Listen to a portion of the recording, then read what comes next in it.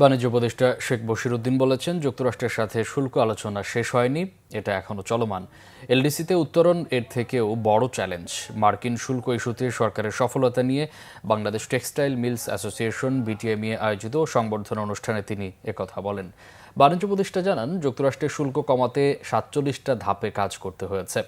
নির্দিষ্ট কাউকে ধনী করা নয়, সরকার বৈষম্যহীন সমাজ তৈরি করতে চায় বলেও মন্তব্য করেন তিনি। অনুষ্ঠানে জাতীয় নিরাপত্তা উপদেষ্টা খলিলুর রহমান বলেন, শুল্ক কমাতে পাল্টা ভূরাজনৈতিক কোনো ফাঁদে পা দেয়নি সরকার। সরকার ও ব্যবসায়ীদের সম্মিলিত প্রচেষ্টায় এই অর্জন সম্ভব হয়েছে। তিনটা প্রিন্সিপালে নেগোশিয়েট করেছি। প্রথম কথা হচ্ছে যে আমরা নির্বাচিত সরকার নই, we are not going to obligate the next government. পরবর্তী সরকারের হাতে ক্ষমতা থাকতে হবে এটার পরিবর্তন পরিমার্জন কিংবা বাতিলের। আপনি এটা খেয়াল করবেন, আমরা প্রেসিডেন্ট ট্রাম্পের সরকারের সঙ্গে আলোচনা করছি এমন একটা এগ্রিমেন্ট যেটা বাতিলযোগ্য।